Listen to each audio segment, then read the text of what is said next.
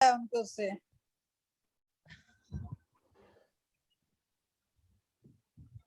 और एक बात है, सबकी इतनी विनय करते हैं, इतनी विनय करते हैं, मतलब इतने इनके मन में कितना सिंपल, कितना सरलता होगी, जो हर बात को इतनी विनय से, इतनी सरलता से, हर किसी की प्रशंसा से कैसे कह देते हैं, मतलब बिल्कुल भी मन में वो नहीं है। पंडित जी में तीर्थंकर प्रकृति के सारे लक्षण अवेलेबल है। बहुत जो बहुत जो अच्छा। होना चाहिए, बहुमान करना, विनय करना, शास्त्रों का इतना अध्ययन हाँ करना, ज्ञान होना, सब है पंडित जी को। और दूसरे का दोष ढकते हैं और हाँ, अपना अपनी बड़ाई ढकते हैं, ये इनमें है बहुत बढ़िया से। ये सबसे बड़ा है, मतलब कि अपनी प्रशंसा को ना चाहना और हाँ, और औरों के दोषों को ढकना, इससे बड़ा मैं समझती हूँ आज के युग में, इससे बड़ा कोई वो नहीं है। मतलब ये बोलना तो आसान है, करना बहुत मुश्किल है। करना बहुत मुश्किल है, ये एक तपस्या है।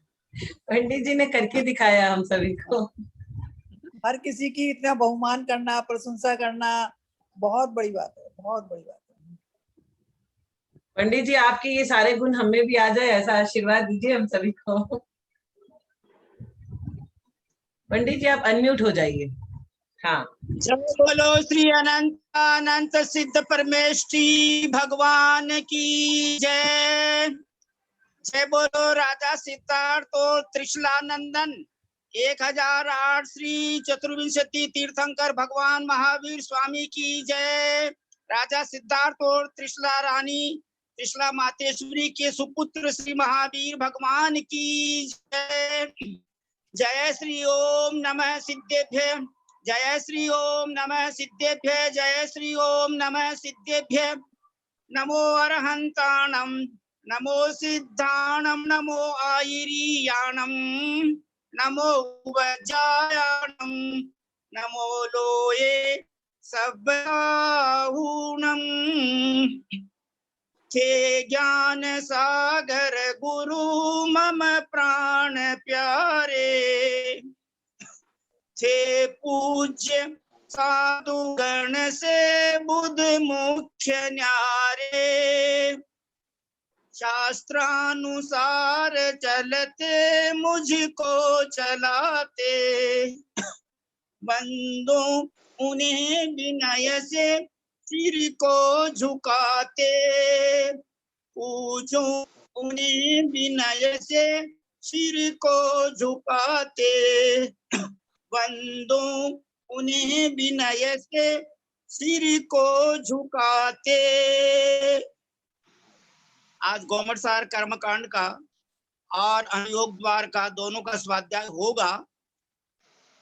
सर्वप्रथम जागृति मती जी माता जी सम्मेल शिखर जी में कल रात में उनका देवलोक हो गया था। अभी 7 बजे उनका जो है तो मतलब वो दाह संस्कार के लिए डोला चला गया है, इसलिए अपने को कोई बाधा नहीं है। दूसरी बात, कल भैया जी ने इस तरह सब भाई बहन बड़े ध्यान से सुनना, कल भैया जी ने यह कहा था कि सर्टिफिकेट प्रमाण पत्र की बात बताई थी। तो कई प्रकार से सर्टिफिकेट मिलते हैं अपने जिनेंद्र भगवान के समव शरण में और जिनवाणी माता के दरबार में। अभी हम ये मानकर चलें कि जिनेंद्र भगवान की वाणी हमको साक्षात आचार्यों गणधरों, आचार्यों और आचार्यों के शिष्यों, उनके प्रतिनिधि इस समय हम जो पंचम गुण स्थान भर्ती हैं, सहीमा सैम गुण स्थान भर्ती ब्रह्मचारी भैया जी, आदरणीय ब्रह्मचारी भैया जी, श्रीमान केसी जैन साहब के द्वारा सुन रहे हैं।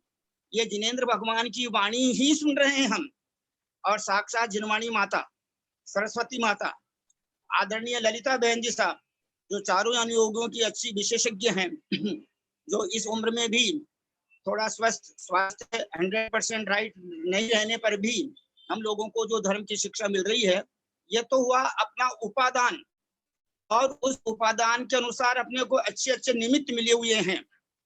अब इस 2 मिनट की चर्चा को बड़े ध्यान से सुनना। सर्टिफिकेट मिलता है दो ऑफिस में, एक तो दर्शन मोह का ऑफिस है, एक चारित्र मोह का ऑफिस है।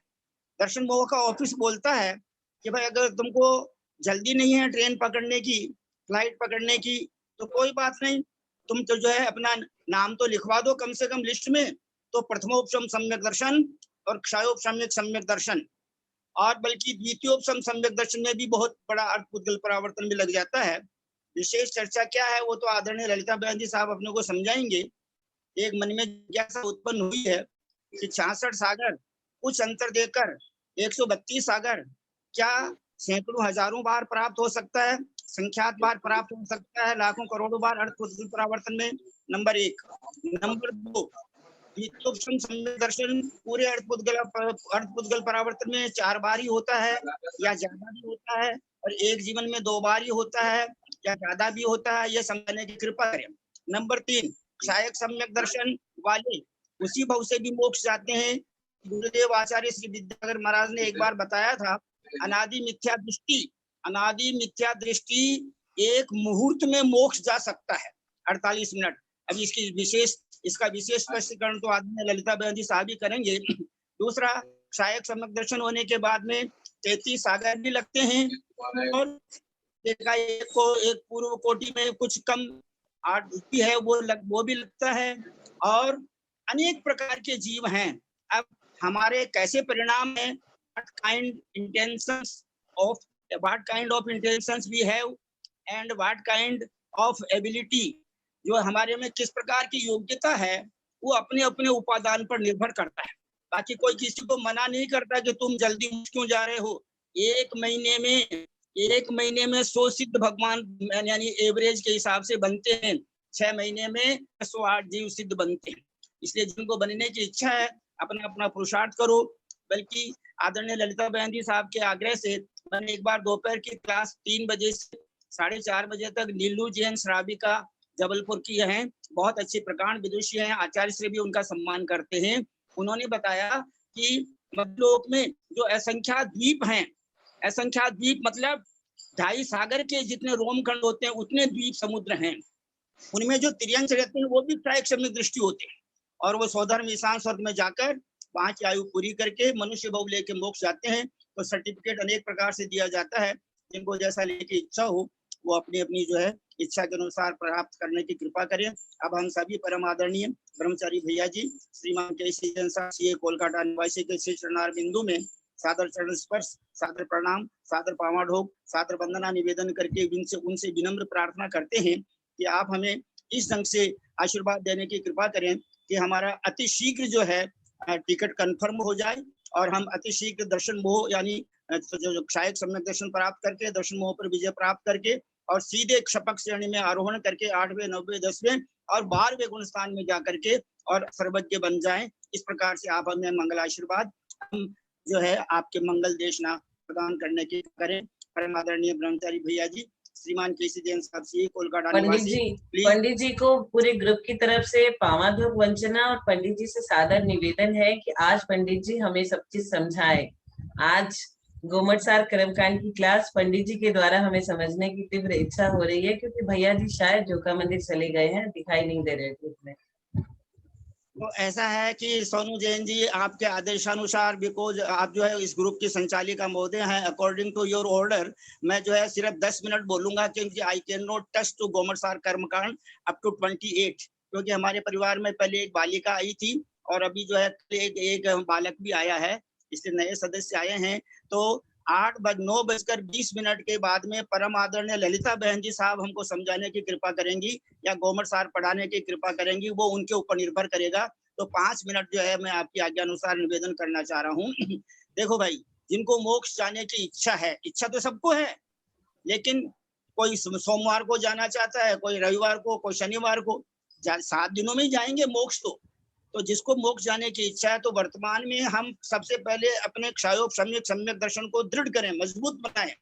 और मेरे को तो बड़ी खुशी है कि आदरणीय ललिता बहन जी साहब का जो निमित्त मिला, तत्वार्थ सूत्र के पहले अध्याय के 8वें सूत्र का जो हम अर्थ पढ़ रहे हैं, समझ रहे हैं, उसके पहले एक 7वां सूत्र है, निर्देश स्वामित्व साधनाधिकरण स्थिति विधानतः। इस सूत्र की टीका तत्वार्थ वृत्ति में, सर्वार्थ सिद्धि में, राजवार्तिक में, सब ग्रंथों में अच्छी तरह पढ़ना। सम्यक दर्शन के 4 प्रश्न बनते हैं। यह सम्यक्त्व रत्न कब, कहाँ, किसको, कैसे प्राप्त होता है। कब की अपेक्षा लिखा कि जब किसी भव्य जीव का अर्थ पुद्गल परावर्तन या कुछ अधिक होगा तो उतना भाव भ्रमण का समय शेष रह जाए, तब उसको प्राप्त होने की योग्यता प्राप्त होती है। चाहे वो प्राप्त होने के बाद उसी भाव से भी मोक्ष जा सकता है। क्या समझे? तो ये तो कब, कहाँ तो कहते हैं चतुगति मिच्छो शरणी, चारों गतियों में सम्यक प्रयत्न उत्पन्न होता है। 7वें नरक में भी होता है जिनको होना होता है, उनको 16वें स्वर्ग में, 9वें वेद में भी नहीं होता है।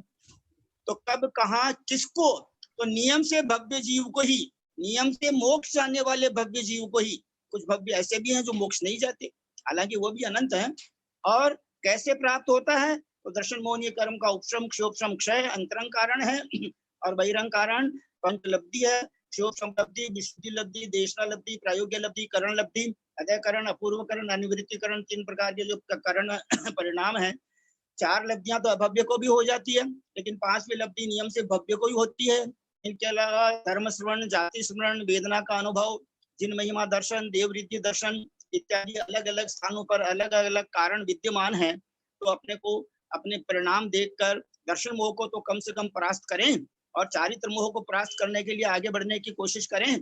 कल जैसे आदरणीय ललिता बहन जी साहब ने एक बहुत अच्छी बात बतलाई थी कि संलेखना कहीं भी हो, जैसे हमारे कलकत्ता के परम विद्वान श्रीमान सौभागमल जी पाटनी साहब, सौभागमल जी टीकमचंद जी जो फर्म वाले हैं, हमारे परम आदरणीय परम पूज्य बाबूजी श्री मोहनलाल पाटनी साहब के सुपुत्र, उन्होंने तो ऐसा तीव्र पुरुषार्थ किया कि अपने आप ही उन्होंने गुरु साक्षी, देव शास्त्र गुरु की साक्षी से अपने मन से ही आजीवन यम संलेखना ग्रहण कर ली।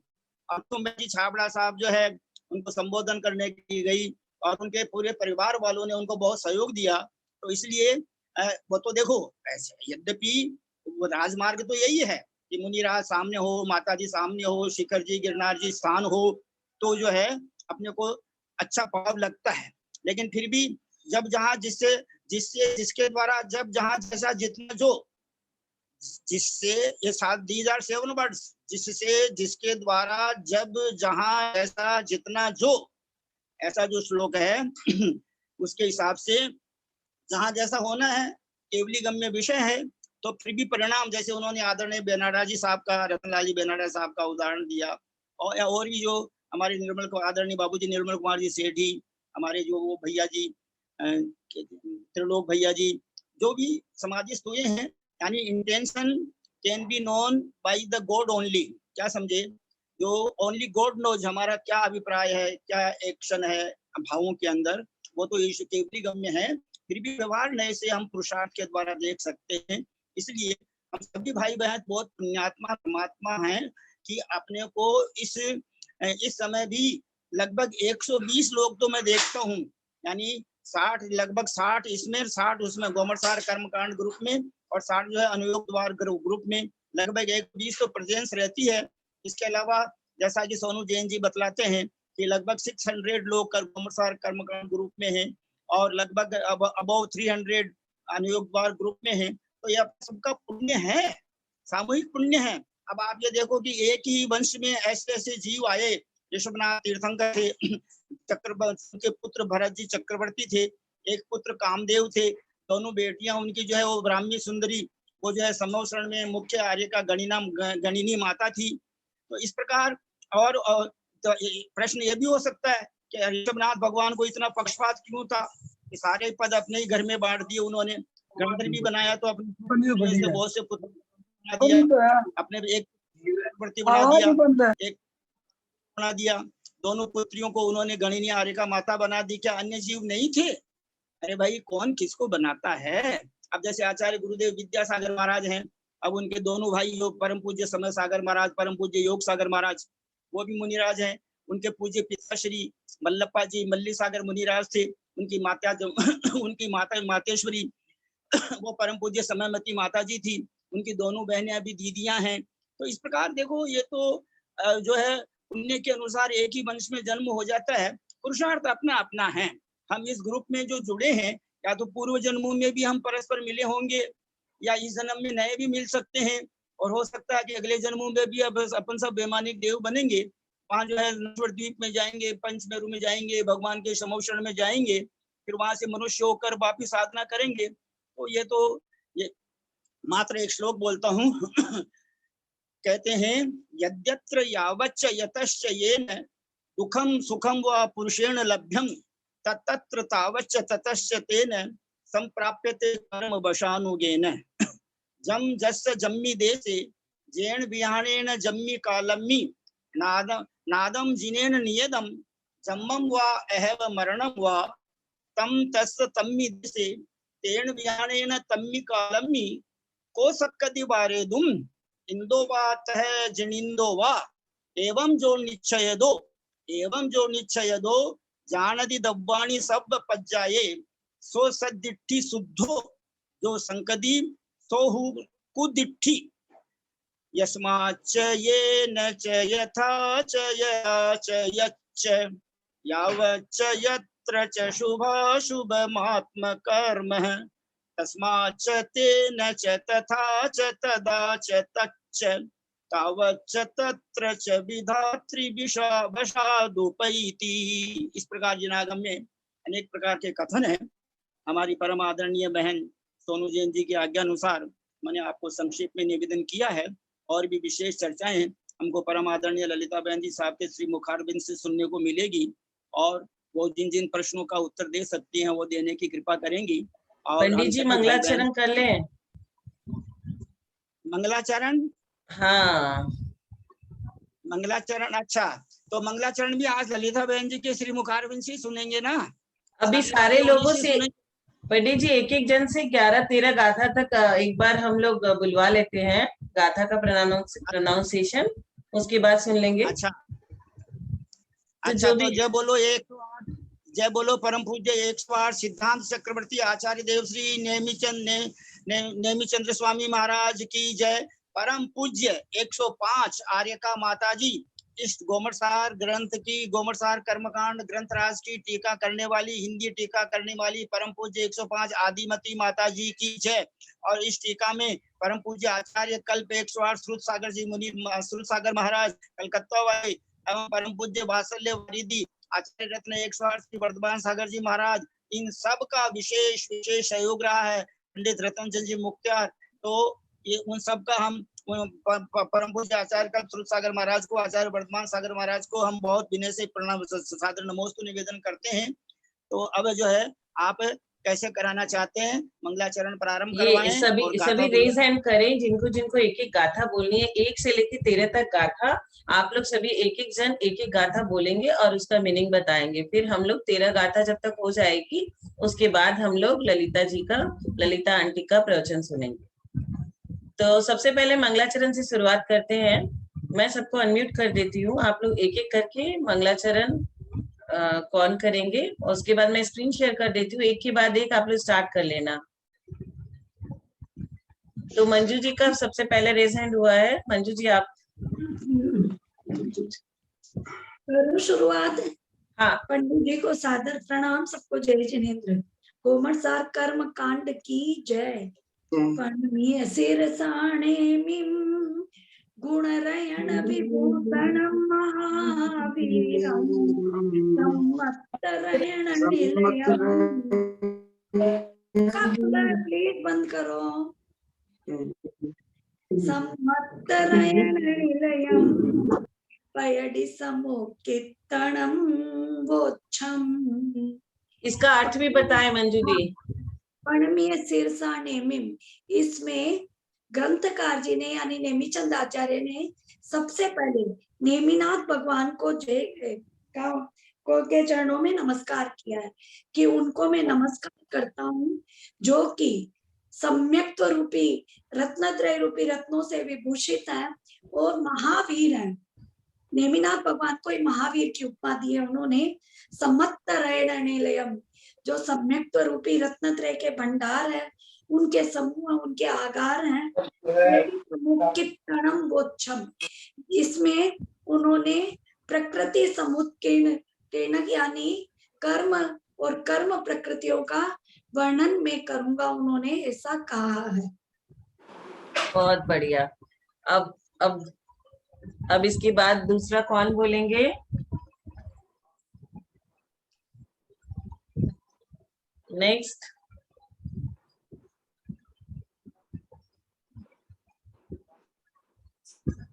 हाँ, त्रिशला आंटी आप बोले। ठीक है, मैं बोलती हूँ। हाँ। सील सहावो जीवंगाणाम अनयी संबंधो कन्यो बले मलं वा नित्यं स्वयं सिद्धम। इसमें इन्होंने इसमें इसकी प्रकृति का वर्णन करा है कि प्रकृति जो है, प्रकृति का जो स्वभाव है वो शील स्वभाव है। मतलब प्रकृति का स्वभाव है, प्रकृति जो है शील स्वभाव है। जीवांगनम अनाय संबंधो, और जीव का उसे शुरू से ही संबंध है। जैसे कि अग्नि का जो संबंध है, अग्नि का मतलब अग्नि ऊपर जाती है, उसका उससे ऊर्ध्वगमन से संबंध है।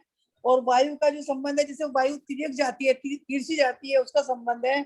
और जल का जो है नीचे का स्वभाव है। ऐसे ही प्रकृति जो है स्वभाव की व्याख्या करती है कि जो जीव का जैसा स्वभाव है वो कोई प्रकृति का वर्णन करते हैं। कसायो बलेम बलम वाम, और इसी प्रकार से जीव का जो शरीर जो है, कण यो बले मलम्बा, जीव का जो शरीर है कारमान शरीर है, जो मल से युक्त है, वो अनादिकाल से है। तानत तम स्वयं सिद्धम, इन दोनों का जो अस्तित्व है वो जो है वो स्वयं सिद्ध है। जो अनादिकाल से संबंध है, इन दोनों का जो अस्तित्व है वो स्वयं से सिद्ध। स्वयं सिद्ध मतलब है कि स्वयं बना हुआ है, स्वयं से ही अपने आप बना हुआ है। उनका अनादिकाल से जीव का और कारमान शरीर का अनादिकाल से ही संबंध है, और ये संबंध जो है अनादिकाल से ही बना हुआ है।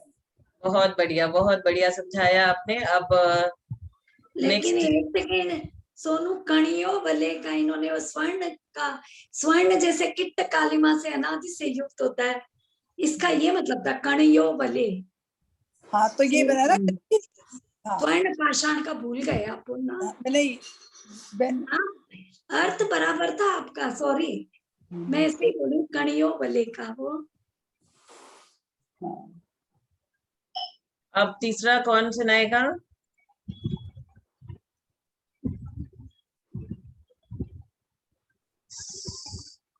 मैं सुनाऊं? हाँ, कौन? मैं सुनीता। हाँ सुनीता दीदी, आप बोलो। देहोदयेन सयो जीवो आहरति कम्मं नो कम्मं परिसमयं सवंगम तत्ताय सपिंडो जलम। ये जो शरीर है हमारा औदारिक आदि 5 जो शरीर है उसके साथ सहित है। और ये जीव प्रति समय आहार आदि जो 6 पर्याप्तियां हैं, कर्म नो कर्म को उसी प्रकार ग्रहण करता है, चारों तरफ से विस्रोप तय करता है। जिस प्रकार एक अग्नि जो लोहा है, जो तपा हुआ लोहा है, अगर हम पानी में डालेंगे तो वो चारों तरफ से पानी को ग्रहण करता है। इसी प्रकार जो हम कर्म नो कर्म की वर्गनाओं से चारों तरफ से घिरे हुए हैं, जिस तरह से हम अपना वो भाव करेंगे वो कर्म प्रति समय हमारे अंदर ग्रहण होते जा रहे हैं, और कर्म नो कर्म को हम प्रति समय उसी तरह से ग्रहण कर रहे हैं। बढ़िया, बहुत बढ़िया। अब आशा लुहारिया आंटी 4 नंबर। आशा लुहारिया आंटी।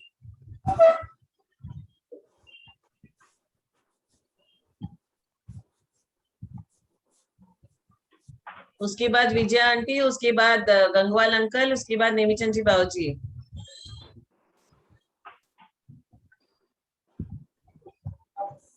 आंटी आप अनम्यूट हो, अनम्यूट कर लीजिए अपने आप को, म्यूट हो।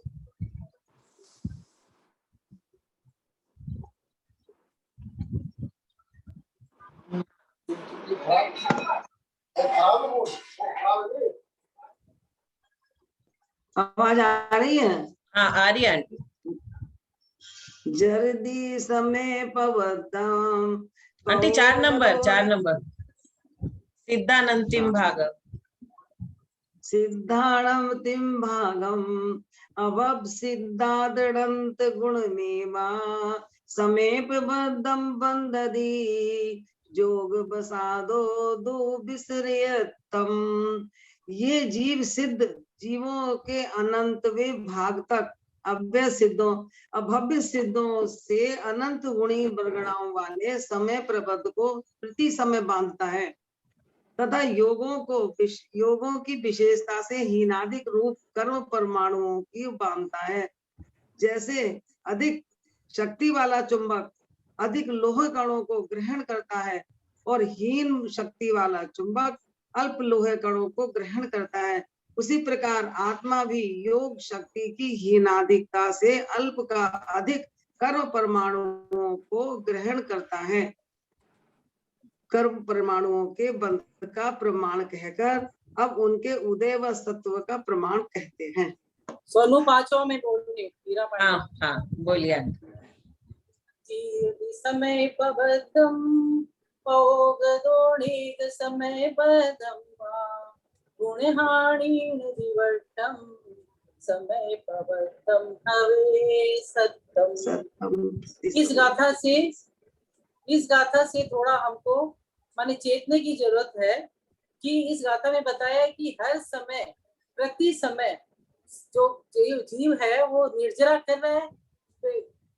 प्रति समय नाना निशोकों का जो परमाणु समूह है, जो समय प्रबद्ध रूप है, वो फल देता जा रहा है। और प्रति समय अपन जैसे गुण हानि में अपन ने समझे थे कि गुण हानि जो गुण हानियां हैं उनमें एक गुण हानि का अभी आया है उदय में, तो दूसरी गुण हानि का उसमें फिर जुड़ रहा है। ऐसे करके अपन प्रति समय इतने कर्मों के निषेकों को ग्रहण कर रहे हैं और उनकी निर्जरा हो रही है, लेकिन फिर बांधते जा रहे हैं। मतलब ये अपन को, या अपन अगर अपनी तपस्या से या अपने कर्मों जो भावों की शुद्धि से उनसे अगर ज्यादा निर्जरा करें तो कम तो कुछ तो कम होंगे, लेकिन फिर भी डेढ़ रानी वो हमेशा अपने सत्ता में रहते हैं।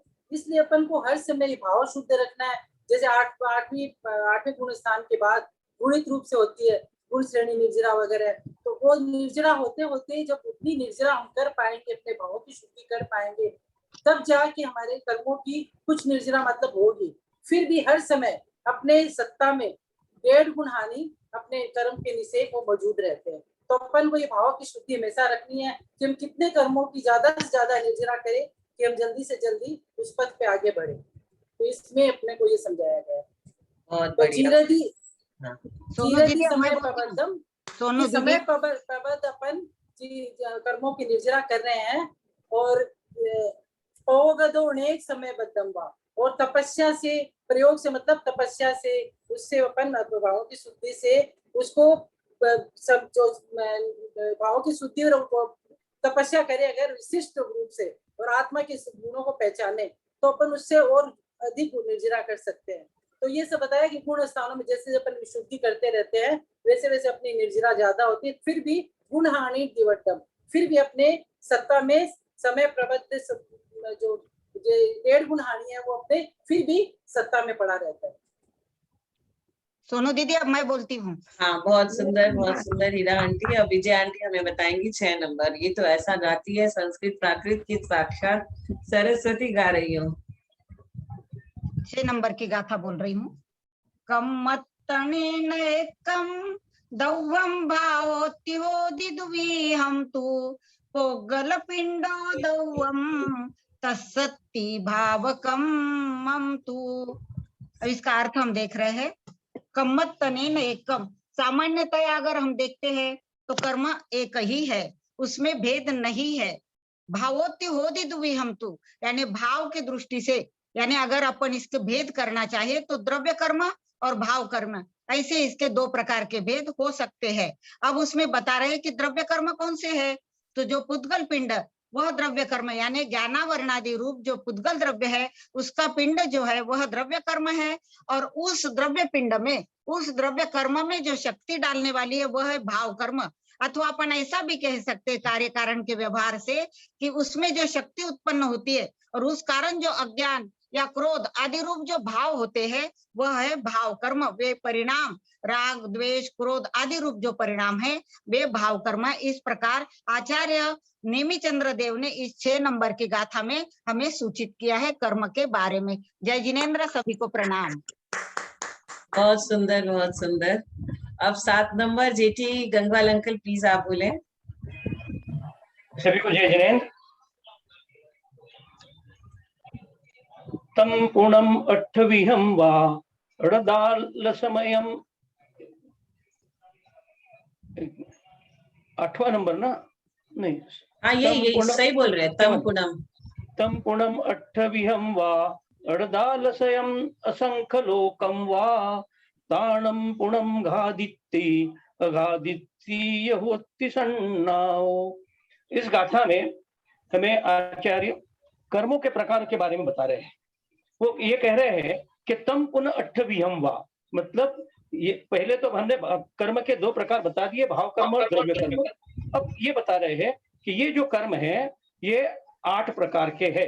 तम फिर से पुनः वे जो कर्म है वो 8 प्रकार के हैं। और आगे क्या कह रहे हैं दूसरे चरण में, अड़दाल स्वयं असंख्य लोकम वा, मतलब 148 प्रकार के भी है, अपनी प्रकृतियां भी है, और क्रम से अलग अलग जो उनकी ये रहती है शक्ति, वो हिसाब से वो असंख्य लोक प्रमाण भी हो जाते हैं, असंख्यात लोक प्रमाण भी कर्मों के भेद कहे हैं। इसके अलावा और अभी वो कहते हैं कि ये 8 कर्मों को जो है वो 2 भागों में विभाग दिया गया है, एक घातीय कर्म और दूसरा अघातीय कर्म।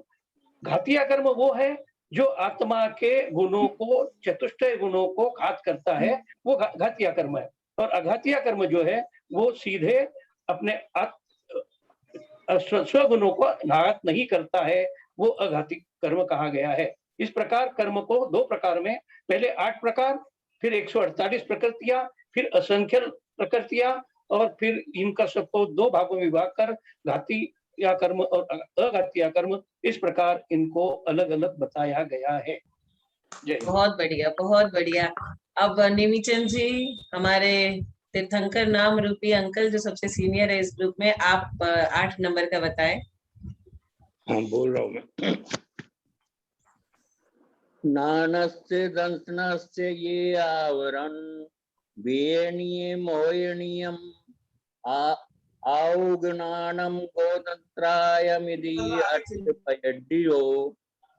इसमें है जो मतलब कर्मों के भेद बताए हैं कि कर्मों के 8 प्रकार होते हैं, ज्ञानावरण, दर्शनावरण, वेदनीय, मोहनीय, आयु, नाम, बोध और अंतराय। ये 8 कर्मों की प्रकृतियां हैं, जो कि इसमें से 4 तो है जो घातिया होते हैं और 4 है घातिया होते हैं। घातिया कर्म हैं जो अपने देवत्व को प्रकट करने के अंदर उनका घात करते हैं, और जो 4 कर्म हैं वो हमारे इस देवत्व को प्रकट होने में किसी प्रकार का कोई घात नहीं करते हैं। बहुत बढ़िया, बहुत बढ़िया। अब आप हमें कुसुम आंटी, कुसुम आंटी 9 नंबर हमें समझाए प्लीज। आंटी आप तो बहुत ज्ञानी हो, इतनी धर्मात्मा हो, तप ज्ञान विधान सब कुछ करते रहते हो आप। जप होता है आपसे, तप होता है, विधान होता है, ध्यान होता है, क्या नहीं है, सारा अंग आप करते रहते हो। आप हमें 9 नंबर समझाए। मैं 9 नंबर समझाने के पहले 5वीं गाथा जो हीराबाई ने स्पष्ट की थी, उसमें एक पयोगदे शब्द जो उन्होंने बताया वो एकदम सही बताया, लेकिन फिर भी एक निर्जरा के बारे में हम यदि मैं ये थोड़ा सा पढ़ के वो करती हूँ, सोनू एक बार। 5वीं गाथा का जीरदि समय पबद्धम पयोगदो नेग समय बद्धम वा गुणहानि नदिबद्धम समय पद्धम हवे सत्तम। तो इसमें और शब्दार्थ हमको पता है, समय प्रबद्ध प्रमाण जो बताया है उन्होंने, कर्म निषेध, जीर्ति निजीर्ण होते हैं, पयोगदे यानी प्रयोग के द्वारा, अर्थात तप आदि के द्वारा जो हमारे बंधे हुए अनेक समय प्रबद्ध प्रमाण निषेक हैं, वो अधिक भी निर्जणा को प्राप्त हो जाते हैं, अधिक भी निर्जीर्ण हो जाते हैं, फिर भी समय पदक प्रमाण 1.5 गुणानी हमारे कर्म सत्ता में रहते हैं। तो यहाँ मैं ये तपसा मतलब ये कहना चाह रही हूँ कि ये संसारी जीव प्रति समय जीवों सिद्धों के अनंत में भाग अभव्य से अनंत गुणे कर्म निषेकों का आश्रम करता है, उतनी ही निर्जरा भी करता है, फिर भी 1.5 गुणी आयम प्रमाण द्रव्य आत्मा की सत्ता में हमारे अनवरत बने रहते हैं। तो यहाँ तपसा निर्जरा जय जो हमारा सूत्र है, मानी तप के द्वारा और निर्जरा होती है, ऐसा सर्वार्थ सिद्धि ग्रंथ में हमें या तत्वार्थ सूत्र में बताया है। यहाँ संवर भी होता है और चय, तपसा निर्जरा चय, चय से मतलब यहाँ संवर से है, क्योंकि मोक्ष का वर्णन है तो संवर पूर्वक निर्जरा की कीमत है। अज्ञानी मिथ्यादर्शी जीव भी तप के द्वारा कर्म निर्जरा करता है और रत्न तरधारी जीव भी कर्मों की निर्जरा करता है, किंतु मिथ्या दृष्टि की जो निर्जरा होती है वो अकाम निर्जरा कहलाती है, जो कि बिना आत्म विशुद्धि के, बिना आत्म दृष्टि के बिना सम्यक दर्शन के लौकिक प्रयोजन के लिए वह तपस्या करता है। तो यहाँ जो निर्जरा है, संवर पूर्वक जो निर्जरा होती है वो कार्यकारी है मोक्ष के लिए। अतः बगैर संवर के निर्जरा कैसी है? जैसे छिद्र बंद किए हुए नाव में से पानी निकालने के समान है। नाव में छिद्र है, पानी आए जा रहा है, हमने छिद्र तो बंद किया नहीं और पानी निकालते जा रहे हैं। तो सविपाक निद्रा तो हम करते जा रहे हैं, परंतु अविपाक निद्रा की ओर हमारा कोई लक्ष्य नहीं है। तो अकाम निद्रा वाले जीव के आश्रम जो है वो अनवरत रहता है, इसलिए मोक्ष मार्ग नहीं होता। और सम्यक दृष्टि जीव भावलिंगी मुनि के निद्रा तप विशेष से होती है, वो अविपाक निद्रा कहलाती है, क्योंकि वह संवर गुण होती है, क्योंकि उनकी 7 तत्वों में मोक्ष में श्रद्धा होती है। इसलिए दुख को, कमक हो, वोलाओ, सुगई गण, समाय मुन, जिन गुण संपत्ति हो, प्रत्येक में उनकी भावना बनी रहती है। इसलिए यहाँ कहने का मतलब यही था, सकल कर्म स्यार्थम, सकल कर्मों के नाश के लिए पूजा, उपवास आदि जितने भी कर्म किए जाते हैं वो कर्मों की क्षय की भावना से यदि हम करते हैं तो हमारे समपूर्वक निर्जरा का अभिप्राय बनेगा। इतना मुझे इस खाली इसको लिए मुझे जरा सा बोलने की इच्छा हुई थी कि प्रयोग पूर्वक कैसे बताया आचार्य ने। बहुत अच्छा बताया भाभी, बहुत अच्छा। हाँ, नहीं आपने तो बहुत अच्छा बताया ही है, नहीं आप बहुत अच्छा क्लियर कर दिए पूरा। प्रयोग के द्वारा कैसे की जाए, वो संवरपूर्वक निर्जरा कैसे बनेगी, उसकी बात यहाँ मैं बोलने जा रही हूँ। अब बोलूं मैं या और कोई बोलना चाहेगा? 9वीं गाथा बोलना है क्या? हाँ आप बोलो आंटी, आप बोलो। आवरण मोह विघ्नम गादी जीव गुण गादण तादो अवगुणा मम गोदम वेणियम तह अगादिति। हमें पूर्व में सारा बताते चाह रहे आचार्य, क्योंकि हम कर्म कांड कोई पढ़ रहे हैं, कर्मों की प्रक्रिया कोई जानने के लिए समझ रहे हैं हर बात।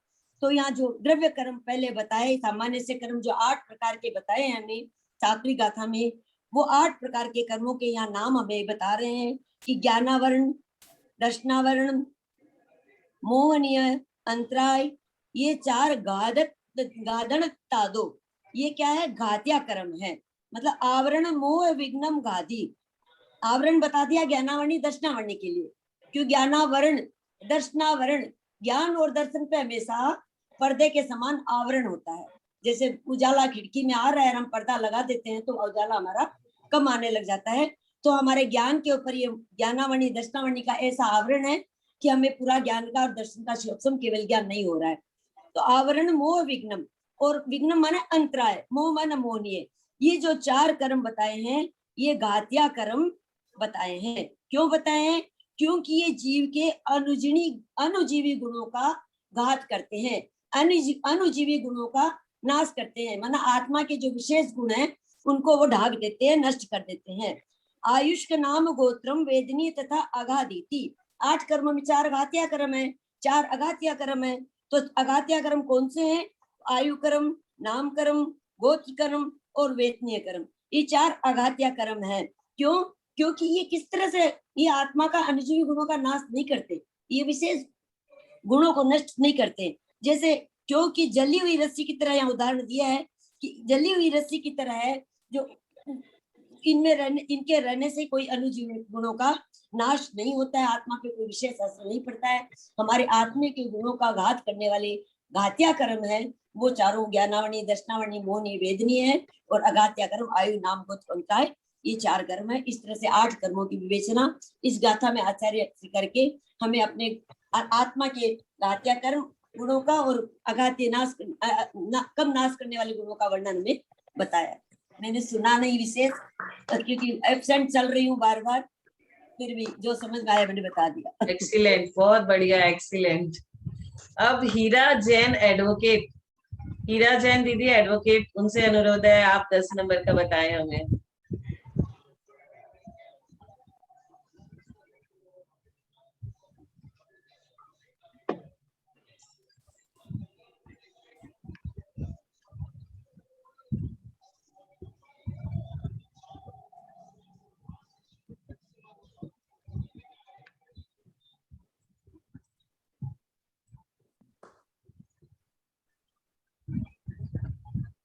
सरिता पाटनी इम्पैक्ट्स, आंटी आप बताओ। उसके बाद मधु जैन रांची, मधु दीदी रांची। नहीं बताऊंगी।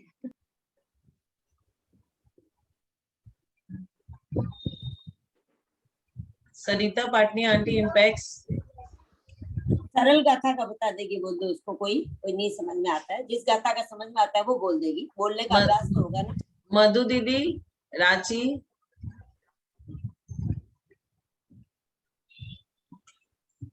क्वेश्चन नहीं आता है, ठीक है। और कोई बोलना चाहे तो। अब मैं पंडित जी को बोलती हूँ। पंडित जी आप, पंडित जी से रिक्वेस्ट। पंडित जी आप एक बार अनम्यूट कर लीजिए। हाँ सरला जी।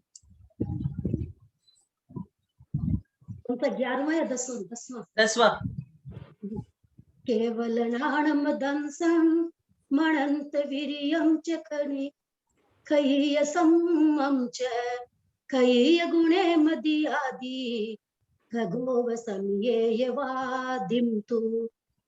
केवल यहाँ पर ये बता रहे हैं कि इन सब कर्मों को, ये जो कर्म है इनको सबको घातते हैं, वो घातिया कर्म कहलाते हैं। जो घातिया कर्म 4 प्रकार के होते हैं, ज्ञानावरण, दर्शनावरण, अंतराय और मोहनीय। और इन्हीं चारों कर्मों को घात लेते हैं तो वो घातिया कर्म बन जाते हैं। तो केवल ज्ञान, केवल नाणम यानी कि केवल ज्ञान। तो केवल ज्ञान ये है कि ज्ञानावरण कर्म के नाश से केवल ज्ञान की उत्पत्ति हो जाती है। दंसन, तो यहाँ केवल वापस लगाएंगे तो केवल दंसन, तो केवल दर्शन, दर्शनावरण कर्म के नाश से केवल दर्शन की उत्पत्ति होती है। मणंत वीर्यम यानी कि अनंत वीर्य, या अनंत दंसनम अनंत वीर्यम लगेगा। तो अनंत वीर्य ज्ञान, ये अंतराय कर्म के नाश से अनंत वीर्य की उत्पत्ति होती है। च यानी और, खय्य सम्मम यानी कि क्षायिक सम्यक्त्व। ये दर्शन मोहनीय कर्म के नाश करने से क्षायिक सम्यक्त्व की उत्पत्ति होती है।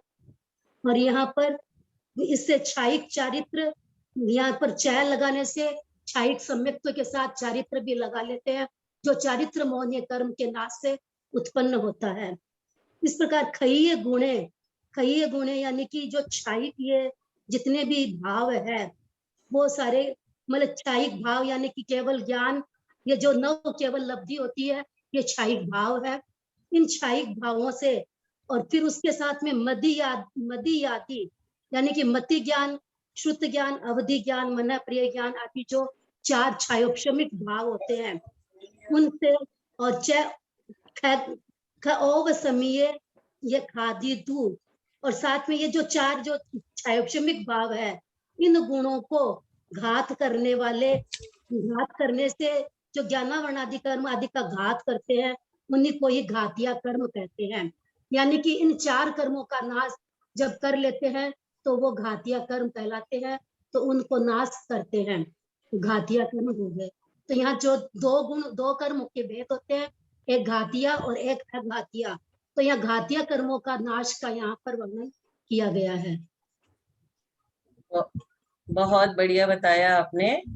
अब 11 नंबर का मैं बोल देती हूँ। कम कय मोह बड़ियम संसार महीयनादिजत मही जीवस्य अवठाणम करे दियाऊ हल्ले नरम। कर्म के उदय से उत्पन्न हुए मोह से, मोह कहाँ से उत्पन्न होता है? कर्म के उदय से। ये सब हम बोलते रहते हैं ना कि हमारे कर्मों का फल है, हम इसे भोग रहे हैं, तो हम किसी से बहुत ज्यादा मोह कर रहे हैं। तो कर्म के उदय से उत्पन्न हुए मोह से अनादि चतुर्गति रूप संसार की वृद्धि होती है। संसार की वृद्धि कैसे होती है? कर्म के उदय से उत्पन्न हुए मोह से। तो सबसे ज्यादा जड़ क्या है? हम सभी से मोह करते हैं, इसीलिए कर्मों को हम क्या करते हैं? वेलकम। हम सारे कर्मों को बुलाते रहते हैं खुद ही कि आ जाओ। और भगवान की शत्रु कौन है? भगवान किसी से शत्रुता नहीं रखते। कमंड का जीव भी उपसर्ग करे तो भी उनसे शत्रुता भगवान कभी भी नहीं रखते। भगवान के शत्रु कौन है? कर्म। बोला जाता है कर्म रूपी शत्रुओं को उन्होंने नाश किया, और हम हमेशा कर्म को बुलाते रहते हैं, वेलकम करते रहते हैं। तो कर्म के उदय से उत्पन्न हुए मोह से अनादि चतुर्गति रूप संसार की वृद्धि होती है। 4 गतियों में हम घूमते रहते हैं, देव बनते हैं, नरक नारकी बनते हैं, तिर्यंच बनते हैं, मनुष्य बनते हैं। और जब आदिनाथ भगवान थे तो भी हमारा जीव इस संसार में था और अभी भी है। हम चारों गति में भ्रमण करते रहते हैं, करते रहते हैं, करते रहते हैं। वैमानिक देव भी बन जाए तो क्या हुआ? 6 डाला में पंडित दौलत राम जी ने कहा है, जो विमान वासी हूँ था, सम्यक दर्शन बिन दुख पाए। वहां पे भी दुख है, सम्यक दर्शन के बिना दुख है। तहते था वर्तन दयो, यो परिवर्तन पूरो करो। तो पंडित दौलत राम जी ने भी कहा है कि ऐसे ही हम वैमानिक देव हुए तो क्या हुआ, फिर से स्थावर में चले जाते हैं और पंच परिवर्तन में घूमते रहते हैं, घूमते रहते हैं, घूमते रहते हैं। ऐसे संसार की 4 गतियों में जीव का अवस्थान कराने वाला आयु कर्म है। आयु कर्म जिसने बांध लिया, आप सभी को पता होगा, यदि कोई जीव मनुष्य गति, तिर्यंच गति, नरक गति, किसी भी तीनों गति का बंध बांध लिया हो ना, तो वो प्रतिमा धारण नहीं कर सकता। कभी कभी बहुत मन होता है कि प्रतिमा ले ले, लेकिन नहीं ले सकता। क्यों? क्योंकि उसने पहले से ही तिर्यंच गति का, मनुष्य गति का, नरक गति का बंध बांध लिया है। तो कैसे प्रतिमा ले? क्योंकि प्रतिमाधारी तो स्वर्ग में जाते हैं। तो क्या कहा गया? चारों गतियों में जीव का अवस्थान कराने वाला आयु कर्म है। जैसे काष्ठ का घोड़ा मनुष्य को रोक कर रखता है। तो हम रुके हुए हैं और अपनी आत्मा का कल्याण न करके इधर उधर भटकते रहते हैं। तो हमें अपनी आत्मा में ध्यान देना चाहिए थोड़ा सा। बहुत मनमानी हमने कर ली है, अब हमें अपने आत्मा में अपनी आत्मा का सुख का अनुभव करना चाहिए। बाकी तो सारे सुखाभास है। अब 11 नंबर हो गया। अब 12 नंबर के लिए मैं रिक्वेस्ट करूंगी, कौन बोलेंगे? नंबर 12। समय अपना हो चुका है। 11 तक सभी ने बहुत सुंदर से हमें समझाया। आज तो हमें इतने सारे स्पीकर मिल गए। पहले तो भैया जी समझाया करते थे, आज सभी ने इतना सुंदर सुंदर समझाया। इसका मतलब सभी को समझ में आया है। तो जिनवानी स्तुति करके हम कक्षा का समापन करें। आज का 4 दूसरी क्लास का समय हो गया। ललिता आंटी का 9:47 हो गया है। किसी को भी कुछ बोलना है तो बोले, नहीं तो हम सभी मिलकर के जिनवानी स्तुति करते हैं आज। हाँ त्रिशला आंटी, आप शुरू करो जिनवानी स्तुति। हिमाचल तैनिक सी गुरु गौतम की कुंड ढरी है। हिमाचल भेद चली जग की चढ़ी ताकप दूर करिए। ज्ञान पयो निधि माहिरली बहु भंग तरंगन तो सुचि सारद गंग नदी प्रति में अंजुरी कर सी क्या जग मंदिर निवार ज्ञान अंधेर छयो अति भारी। सृजनी निधि प्रकाशम हो नहीं प्रकाश हारी। तो किस भांति पधारत पाती कहाँ लहते रहते अविचारी। क्या विधि संत कह धन है जिन पैन बड़े उपकारी। जवानी की